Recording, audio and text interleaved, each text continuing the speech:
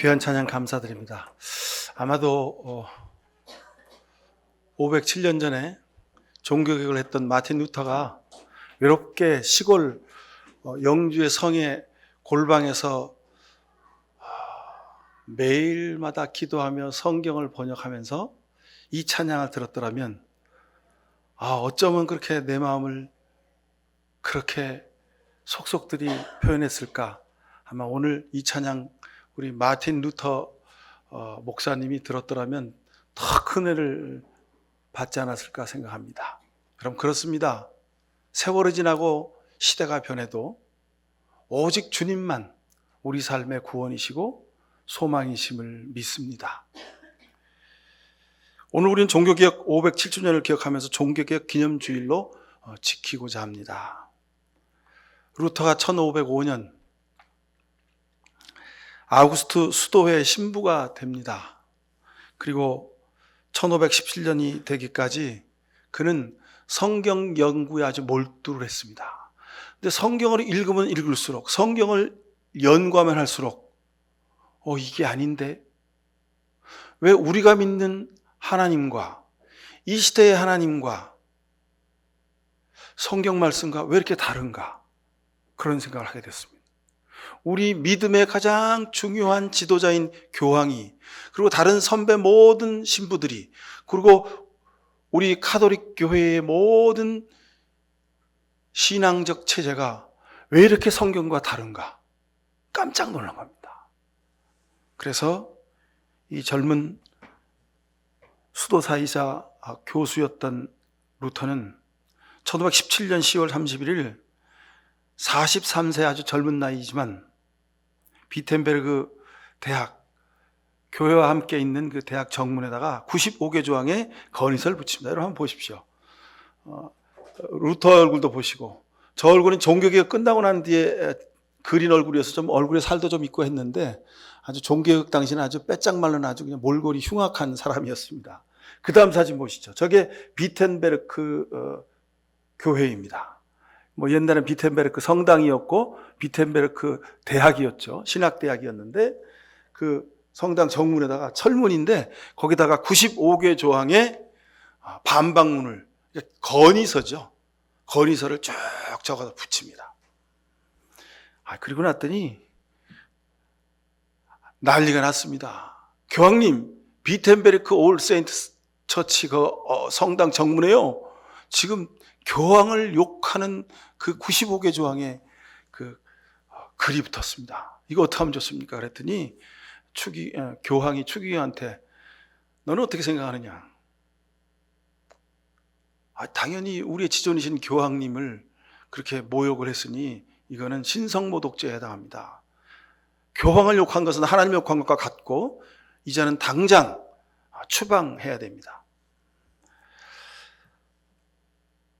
근데 여기 별로 특별한 것도 없습니다. 지금 보면 오직 성경으로, 오직 믿음으로, 오직 은혜로, 오직 그리스도로, 오직 하나님께 영광을 드려야 한다. 근데 오늘 우리의 삶을 보니, 우리 믿음을 보니, 우리 교회를 보니 오직 말씀도 아니고 오직 은혜도 아니고 오직 그리스도도 아니고 오직 하나님께 영광을 드리지 않고 다른 데 영광을 드리고 말씀보다 더 중요한 게 교회 안에 많이 있고, 이거 우리가 좀 바꿔야 된다, 그런 얘기입니다. 교황청이 이건 발칵 뒤집히죠. 지금이나 옛날이나 부패한 권력은요, 권력의 힘으로 사람을 죽이려고 합니다. 그래가지고 루터를 완전히 그 믿음 없는 사악한 신부로 규정짓고 그리고 추방을 하려고 하죠. 마틴 루터 이전에도요, 이미 서방교회 내부에, 그 카톨릭 교회 내부에 존 위클리프, 얀 후스 또는 월리엄 틴들, 사보리나 롤라 등 여러 많은 신앙의 선각자들이 이래서는 안 됩니다. 우리가 믿음으로 돌아가야 합니다. 우리가 말씀으로 돌아가야 하고 오직 예수의 십자가 앞에 바로 서야 합니다. 우리가 지금 썩었습니다, 잘못됐습니다 하고 그 개혁을 외치던 많은 개혁가들이 있었습니다. 근데 혼자 힘으로 되지 않았죠. 찻잔송의 태풍이었습니다. 그냥 잡혀서 화형당하고 참수형당하고 그리고 맙니다. 중세교회 역사에서 다 그 이름들이 사라졌어요. 그들이 쓴 저서들도 다 불태워졌어요. 근데 몇몇 사람들의 저서에 그 사람들의 말이 인용되어 있는 글들이 발견되고, 그래서 그 사람들의 그 신학과 그 사람들의 그 위대한 신앙적 업적이 드러나게 된 거죠. 이런 역사적인 상황 속에서 루터의 비텐베르크 성당 정문에 붙였던 대자보 사건은 이제 개혁운동의 아주 도화선이 됐습니다. 그래서 루터가 시작했는데 여러 동조자들이 함께 붙어서 그래가지고 개혁운동으로 막 활화산처럼 타오르기 시작한 거죠. 이런 겁니다. 우리가 살에 이렇게 살이 곪잖아요. 그러면 처음에 벌겋다가 그때는 짜도 아무런 그게 안 나오죠. 근데 두면은 그게 곪고 골마서 살에 보면 노랗게 돼가지고 나중에 톡 살짝만 건드리면 고름이 쭉 흘러나오는 그런 상태가 바로 루터가 종교개혁을 시작한 그때입니다. 제가 오늘 설교 제목을 이 시대의 종교개혁 말씀드린 이유가 여기 있습니다.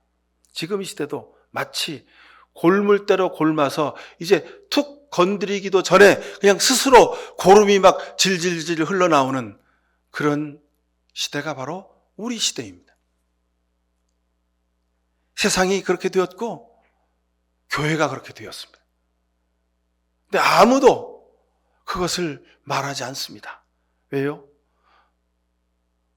물질로 먹고 사는데 지장이 없으니까, 선진국이 되었으니까, 세상이 법치로 잘 돌아가는데 뭐가 불의스럽다고 그렇게 얘기하는 거야? 그런 사람들이 가득 차 있습니다. 교회 수많은 영적인 지도자들은 교회가 이렇게 부흥되고 우리 교회 교인들이 숫자가 이렇게 많고 우리 교회 예산이 이렇게 많은데 뭐가 문제야? 그리고 덮고 지나가고 있습니다. 루터가 비텐베르크 성당의 정문에 95개 조항의 건의서를 붙이고 나서, 그리고 이른바 프로테스탄티즘이 시작합니다. 리폼드 처치 이렇게 말하죠. 이른바 개신교가 시작된 겁니다. 프로테스탄트라는 말은 이탈자, 저항자 이런 뜻입니다. 이때부터 이 기독교 역사의 보수와 진보의 갈등이 시작됐습니다. 기존 체제에 도전하고 항거하는 사회 불순분자의 무리로 루터와 그 추종자들은 취급을 받았습니다. 그러나 그들이 기독교 신앙을 제대로 일으켜 세웠고 새로운 믿음의 주류를 이루게 되었습니다. 프로테스탄티즘, 이 말은 1517년 그 당시에는 아주 불온한 사람들이라는 아주 부정적인 의미의 단어였지만, 그러나 이 단어는 그 이후로 100년, 200년, 300년을 이어오면서 서구를 바꾸는 개혁운동의 아주 상징적인 단어가 되었습니다. 생명의 단어가 되었고 하나님이 역사하시는 단어가 되었습니다. 그래서 서구 사회를 완전히 뒤집어 엎는 그런 아주 위대한 단어가 되었습니다. 여러분들 유럽을 여행하실 기회가 있으시면 프랑크푸르트 공항으로 독일로 가려면 들어가죠. 거기서 유럽 여러 나라로 이렇게 흩어져 가지 않습니까? 여러분 그러시면 어디 맛집 좋은 풍경 가는 데만 휙 가지 마시고 독일의 작센주의 비텐베르크 성당이 있는 여길 좀 가보십시오. 가보셔서 루터의 정신을 내 인생에 한번 새기는 그런 기회를 가지시면 좋겠습니다. 저도 하여간 여기를 가려고 그렇게 여러 번 시도하고 노력했는데 종교개혁 500주년 때 지난 7년 전에 하여간 8년 전, 9년 전쯤에 목사들이 모여서 이 500주년 때는 우리가 꼭 가봐야 된다. 다른 데는 못 가도 여기는 가보고 우리가 죽어야 그래도 목사라고 말하지. 그러면서 미리 2, 3년 전부터 돈을 매달마다 10만 원씩 모아서 그렇게 적금을 들어가지고 이제 그 독일 종교개혁 기념 성지순례를 하기로 약속을 했습니다. 근데 저는 시간도 안 되고 돈도 안 되고 중간에 10만 원씩 개도 못 붙고 그래서 저는 못 갔습니다. 다른 목사님들은 갔다 오셨는데 그래서 갔다 온 목사님들이 하는 얘기가 웃으면서 세상엔 두 부류의 목사가 있는데 그 독일의 비텐베르크 성당 앞에 갔다 온 목사가 있고 거기 못 갔다 온 목사가 있다고 그렇게 웃으면서 얘기를 하더군요. 하여간 갔다 오지 못했어도 제 마음속엔 성경을 읽으면서 오늘 루터의 그 정신이, 오늘 성가대들이, 우리 목양교회 성가대가 찬양한 오직 주님만이 하는 그 성가와 함께 루터의 마음이 제 가슴속에 깊이 지금 전해지고 있습니다. 처음 안디옥에서 예수를 믿는 신자들을 다른 신자들이 야, 저 그리스도인들이래, 쟤네들이 그리스도인들이래, 그렇게 말하기 시작했습니다. 그래서 크리스찬 단어가 그때 시작됐습니다. 그때 그리스도인이라고 불리면 두 가지 의미입니다. 하나는 야, 그리스도라고 하는 그 젊은 청년, 십자가 달려 죽은 그 이상한 젊은 청년을 쫓아다니는 이상한 무리들이야, 저 사교 집단이야, 그런 무리, 그런 뜻이기도 했습니다. 또 하나는 절대 신뢰할 만한 사람들, 신용이 분명한 사람들, 용기가 있는 사람들, 그리고 뭔가 이 사회에 이상을 꿈꾸며 살아가는 그런 꿈이 있는 사람들, 이런 의미로 크리스찬이라고 불리게 된 겁니다. 그래서 요즘 우리가 크리스티안 그러잖아요. 그죠? 크리스찬 뒤에 붙여가지고 유명한 명품도 있습니다. 근데 여러분, 크리스찬인 말이 이런 깊은 의미가 있습니다. 더불어서 프로테스탄티즘, 우리 개신교란 말은요, 엄청난 파워가 있는 말입니다. 중세에 하나님을 대신하던 교황을, 중세의 모든 잘못된 그 신앙적 체계를 무너뜨리는 도끼와 같은 말씀이었습니다. 폭탄과 같은 단어가 바로 이 프로테스탄티즘이란 말입니다. 사도행전 5장 41절에 사도들은 그 이름으로 능욕당함을 기뻐했다 그랬습니다. 아들을 낳으리니 그 이름을 예수라 하라. 예수 그리스도란 그 이름이 오직 생명을 살리고 우리를 살리고 교회를 살리고 세상을 살리는 믿음의 뿌리의 근본이라는 것을 다시 한번 확인한 사건, 그것이 바로 루터의 종교개혁입니다. 우리 개신교의 뿌리입니다. 어떻게 보면 초대교회야말로 우리 유대교의 율법에 도전하고 항거한 최초의 프로테스탄티즘이라고 말할 수 있습니다. 형식화된 유대 성전에서 예수님이 복음을 전하시면서 내가 이 성전을 다 허물어라, 내가 사흘 만에 짓겠다 하신 말씀의 본뜻이 여기에 있습니다. 여러분, 무엇에 대한 항거이고 무엇에 대한 저항입니까? 프로테스트 한다는 말이 그런 뜻이죠. 성경적인 모든 것들로부터 우리가 저항해야 합니다. 도전해야 합니다. 그래서 루터는 오직 성경으로 이렇게 말씀했습니다. 교회는, 우리 개신교는, 믿음은, 여러분의 신앙생활은 성경 그 위에 있어야 합니다. 오직 성경으로만, 오직 말씀으로만 우리가 하나님 앞에 나아갈 수 있어야 합니다. 그래서 우리가 매일마다 말씀 묵상하고 목양 만나를 읽고 그렇게 사는 것 아닙니까? 요즘 시대는요, 성경은 부교재예요.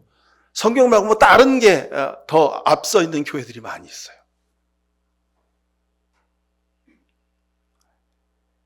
루터 그 시절 성경은요, 사람 눈에 없었습니다. 왜냐하면 90년 얌리화라고 하는 도시에서 회의가 열립니다. 거기서 구약 성경을 정경하고 그 다음에 387년 칼케돈이라는 도시에서 이제 성경이 정경화가 됩니다.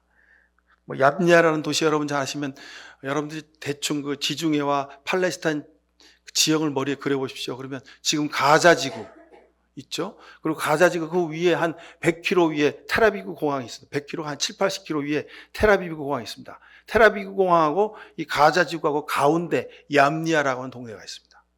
거기에 사람들이 모여서 구약 성경을 39권을 정경화했습니다. 그리고 칼케톤이라는 곳에서 교부들이 387년 모여가지고 신약 성경 27권을 정경화했습니다. 여기까지 참 좋았습니다. 근데 성경을 그리스어로 된 성경을 라틴어로 번역을 하죠, 이제. 왜냐하면 로마 시대가 되니까. 라틴어로 번역해놓고 그 성경을 그 당시 인쇄술이 발달하지 않았고 다 필사한 겁니다. 전부 다 파피루스나 양 가죽 거기다가 다 먹으로 쓴 거죠.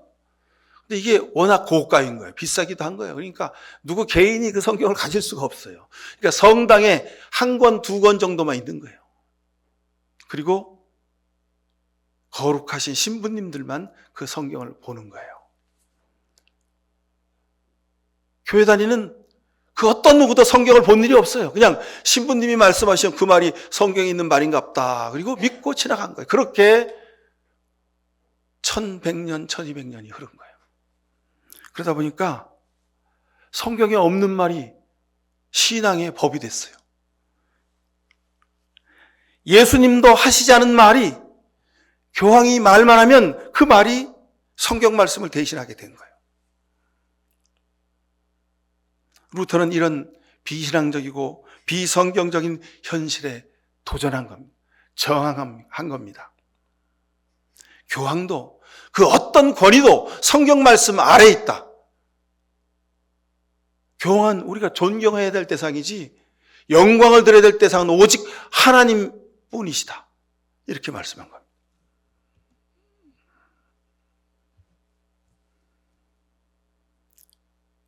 루터는 그래서 마침내 추방당하죠. 너는 신부가 아니야. 너는 그리스도인이 아니야. 그리고 쫓겨납니다.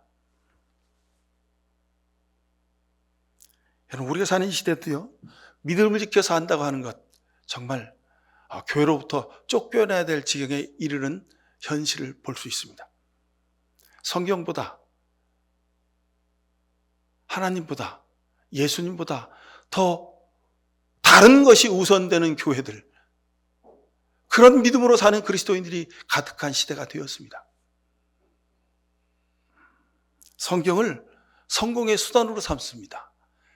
내가 크리스찬으로 사는 게 내가 성공하고 출세하는 그런 통로가 되는 거예요.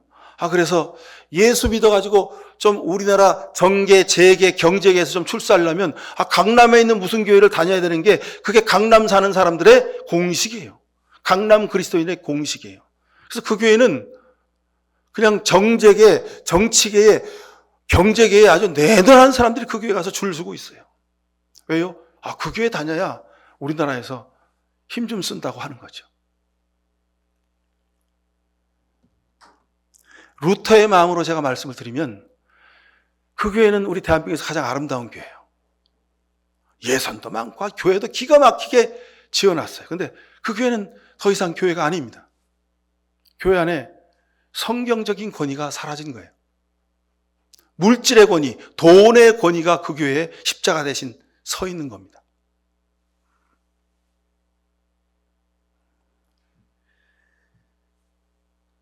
루터는 오직 말씀으로, 오직 성경으로, 그리고 그 다음에 오직 믿음으로, 솔라 피데, 이것을 강조했습니다. 루터가 싸운 것은 이성주의와 신비주의입니다. 이성주의는요, 기독교가 공인되고 나서부터 1517년에 이르기까지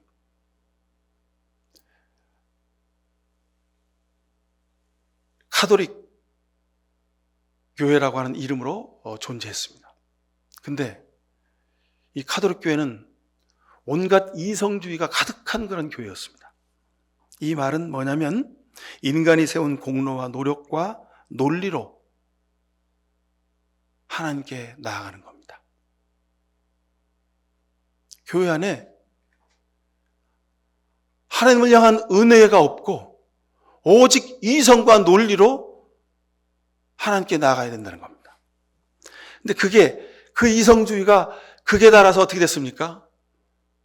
성당을 짓는데, 교회 건물을 짓는데 면제부를 100억짜리, 10억짜리, 1억짜리, 1000만 원짜리, 500만 원짜리, 100만 원짜리 그걸 만들어서 쫙 펼쳐놓고 당신은 100억짜리 사야 천당에 갑니다. 당신 부모님 돌아가셨는데 신앙생활 제대로 못했는데 당신 부모님 천당에 가시길 원하시죠? 그러면 요 10억짜리 하나 더 사세요. 이렇게 된 겁니다. 면죄부를 교황이 발행하라고 칙령으로 선포한 이 면죄부를 사야, 그래야 믿음 있는 교인이 되는 거예요. 그래야 성공한 그리스도인이 되는 거예요. 그래야 충성스러운 그리스도인이 되는 거예요. 여기까지 나간 겁니다. 인간의 공적으로 구원을 얻는다는 거죠. 여러분, 근데 이게요, 중세교회만 그랬을까요? 요즘 우리가 믿는 개신교 안에도 이런 현상들이 아주 많습니다. 우리 한국 교회 안에 이런 일들이 단적으로 그 교회 안에서 장로님이 되려면요, 그거 참 쉽지가 않은 일입니다. 뭐 더 이상 말씀드리기가 어렵습니다. 하여간 루터 시대 또 하나의 루터가 싸웠던 것은 신비주의입니다. 성경에 기초하지 않고 개인의 신비적 체험에 집착해서 주관적인 신앙을 강조했던 겁니다. 자, 이렇게 로마 가톨릭 교회가 이성주의로 막 치달아 나가니까 그 신부들, 그 다음에 성직자들 내에 거기에 반동을 해서 거기에 반항을 해가지고 나왔던 신앙주의가 뭐냐면 극신비주의로 또 반대로, 그래서 동굴 속에서 하루에 한 끼만 먹고 하루 온종일 성경만 보고 찬송하고 기도하고 그런 신앙적 운동이 생겨난 거예요. 극신비주의로 가는 거예요. 그래서 막 기도하다가 아무것도 안 먹고 일주일, 10일, 막 보름, 한 달씩 막 기도하니까 정신이 제정신이 아닌 거죠. 그러다 보니까 하나님이 임재하시는 환상을 보기도 하고 그 환상 가운데서 이상한 소리를 듣기도 하고 그걸 막 써가지고 하나님이 내게 말씀하셨다고 막 그냥 그걸 또 막 가서 설교하고 다니는 거예요.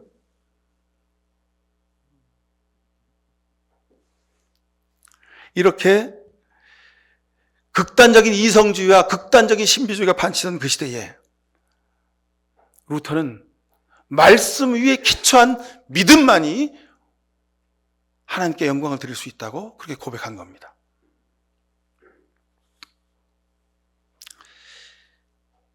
이 루터의 종교개혁의 이 아름다운 노력은 단순하게 교회개혁에 멈추지 않았습니다.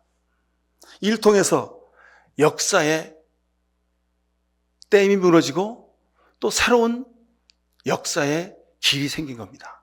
중세라고 하는 그 어마어마한 거창한 그 시대가 완전히 다 무너져 버렸습니다. 그리고 근세라고 하는, 그리고 산업혁명이라고 하는 새로운 시대가 변해가기 시작한 겁니다. 이게 루터의 종교개혁의 영향입니다.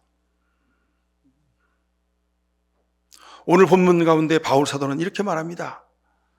다른 복음은 없다. 본문 말씀 보십시오, 여러분.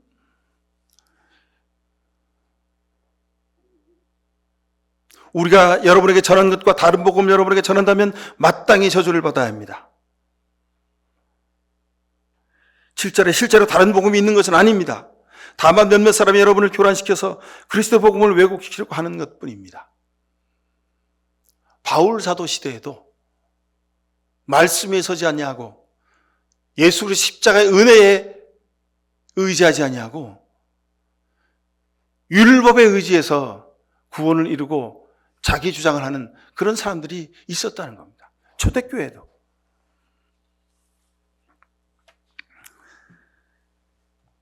사도 바울은 오늘 말씀을 통해서 내가 여러분에게 이미 받은 것과 다른 복음을 여러분에게 전하는 사람이 있다면 그가 누구든지 저주를 받아 마땅합니다. 이렇게 말씀합니다. 여러분, 우리가 그리스도에서 사랑과 용서를 말하지만 그 사랑과 용서는 말씀 위에 선 하나님의 십자가의 은혜 울타리 안에서만 가능한 일입니다. 하나님 말씀을, 다른 복음을 전하고 마귀 사탄의 삶을 살아가면 그 사람 사랑할 대상도 용서의 대상도 아닙니다. 믿음은 하나님을 기쁘시게 해드리는 일입니다. 근데 그 믿음을 통해서 자기의 기쁨을 구하는 사람들이 있더라는 거예요. 자기의 영광을 구하는 사람들이 있더라는 거예요. 그러면 그것은 믿음도 그 무엇도 아닌 것이죠. 사도 바울의 말씀이 루터를 통해서 오늘 우리에게 전해지고 있는 것입니다. 사랑하는 성도 여러분, 우리는 이 시대에 루터의 종교개혁의 후손들입니다. 늘 말씀 위에서 오직 믿음으로 오직 예수 그리스도의 하나님께 영광을 드리는 그런 아름다운 믿음의 전통을 가지고 있는 사람들입니다. 그런데 이제는 우리가 다시 개혁의 대상이 됐습니다. 누가 우리를 향해서 손가락질합니까? 세상 사람들이 우리를 향해서 야, 저 예수쟁이들 우리를 향해서 그렇게 손가락질합니다. 예배당 건물 지상주의에 우리가 빠져 있습니다. 그래서 요즘 짓는 교회 건물들을 보면요, 뭐 호텔 건물 뺨칩니다. 유럽에서 그냥 여러분 대리석, 우리나라도 대리석이 많이 있습니다. 좋은 돌이 많이 있는데 그것도 굳이 유럽에서 수입되는 대리석을 갖다가 교회에다가 막 덧칠을 하고 있습니다.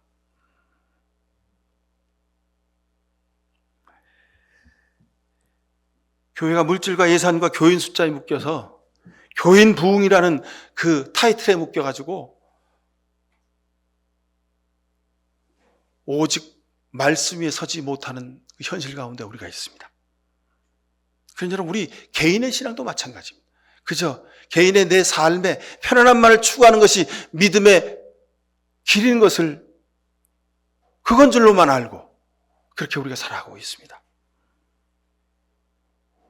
말씀대로 사는 실천이 없는 믿음, 주님이 그러셨죠. 그 당시 예수님 당시에 유대의 제사장들과 서기관들과 바리새인들을 향해서 야, 이 회칠한 무덤들아 하셨습니다. 오늘 우리 믿음의 삶의 모습이, 오늘 교회의 모습이 회칠한 무덤과 같은 모습입니다. 제가 지난주도 여러분 말씀드렸습니다. 무엇이 중요하냐면, 이 시대에 무엇이 중요하냐면 여러분, 진정한 회개가 중요합니다. 내가 복음 위에 서지 못하고 있음을, 내가 믿음으로 살지 못하고 있음을, 내가 하나님께 영광 드리지 못하고 있음을 회개하는 삶, 이것이 우리에게 가장 필요합니다. 근데 우리 개인들은, 우리 교회는 옛날에 회개했는데 뭘 또 회개하라고 그러냐고, 그 교회는 뭐 주일마다 그렇게 죄의 고백을 하냐고 그렇게 말합니다.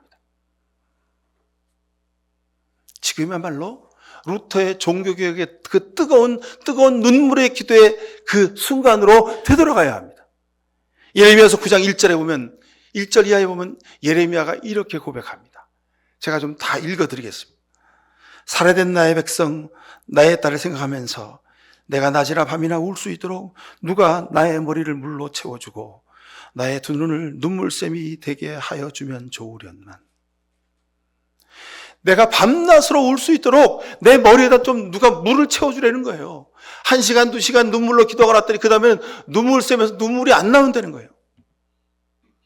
왜?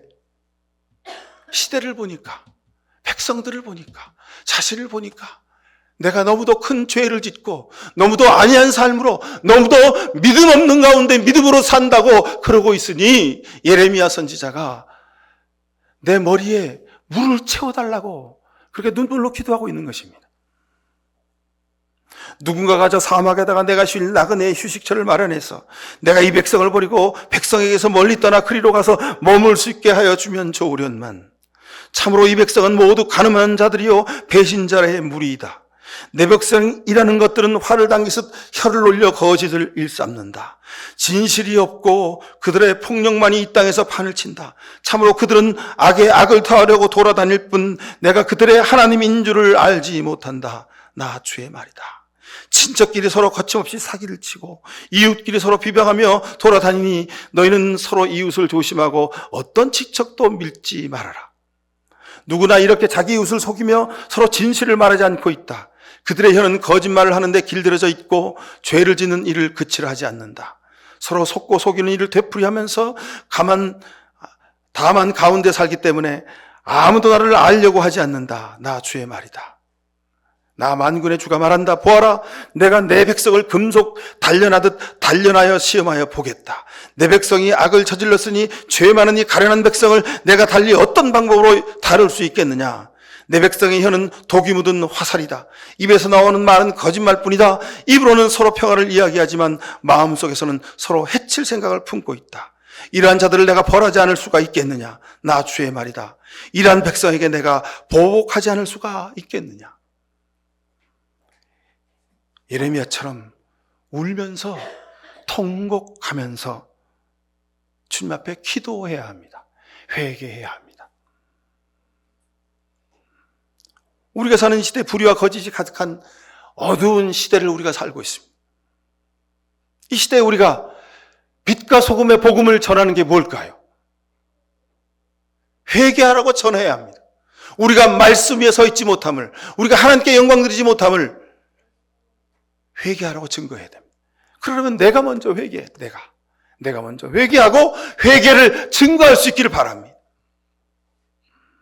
이 땅의 그리스도인들이 평화의 복음의 나팔을 불어야 합니다. 왜냐하면 지금 우리 민족은, 이 한반도는요, 전쟁의 풍전등화 앞에 있습니다. 그런데 이 땅의 교회들이 뭘 말하고 있습니까?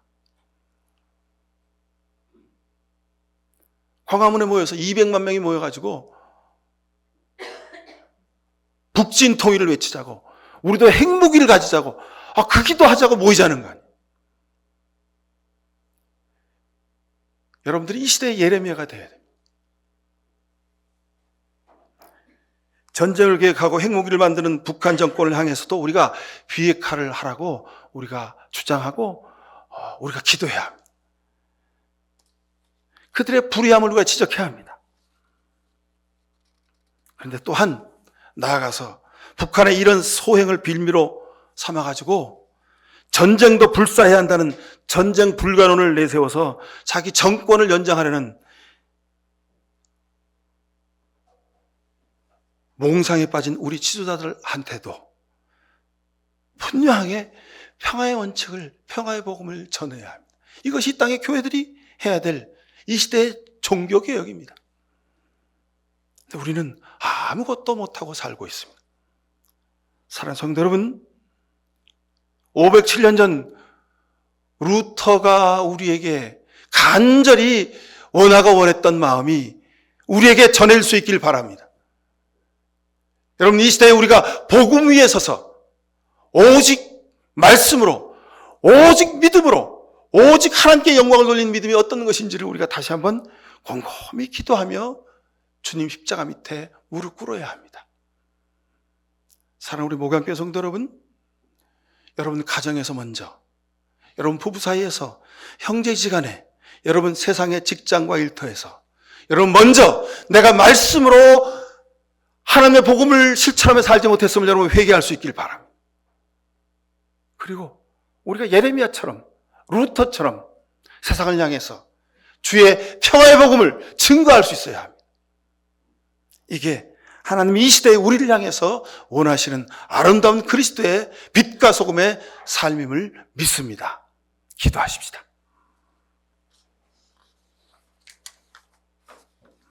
사랑의 하나님, 우리가 믿음으로 산다 하면서 말씀 위에 서지 못했습니다.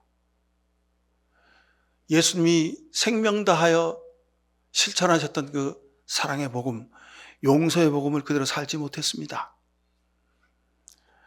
부부간에, 가족간에, 형제지간에 더욱더 든든한 사랑과 용서의 믿음의 실천이 있게 하옵소서.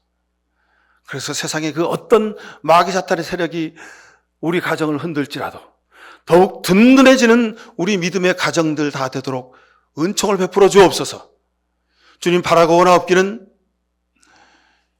2000년 전에 예수님이 전하셨던 그 위대한 복음이 사도 바울과 모든 복음의 제자들을 통해서 우리에게 전해졌고, 그 복음이 루터를 통하여 다시 한번 우리에게 강하게 전달되었습니다. 이 어둠의 시대를 살아가는 우리가 진정으로 복음 위에 서게 하시고 오직 믿음으로 승리하게 하시며 오직 하나님께 영광을 드리는 믿음의 교회, 믿음의 그리스도인들 되도록 은총을 베풀어 주옵소서. 그래서 이 참으로 전쟁과 불의의 이 시대에 우리가 평화와 정의를 온전히 굳건히 세워가는 믿음의 크리스찬들 되도록 은총을 베풀어 주옵소서. 예수 그리스도의 이름으로 기도하옵나이다. 아멘. 하나님 감사합니다. 507년 전 루터를 통하여 우리에게 다시 말씀 위에 서게 하시고 오직 믿음과 은혜로 살게 하시며 오직 하나님께 영광 드리게 하심을 감사드립니다. 이 아름다운 프로테스탄티즘, 개혁교회, 개신교회의 아름다운 믿음의 전통을 가지고 우리가 한국교회에서, 목양교회에서 신앙생활을 하심을 감사드립니다.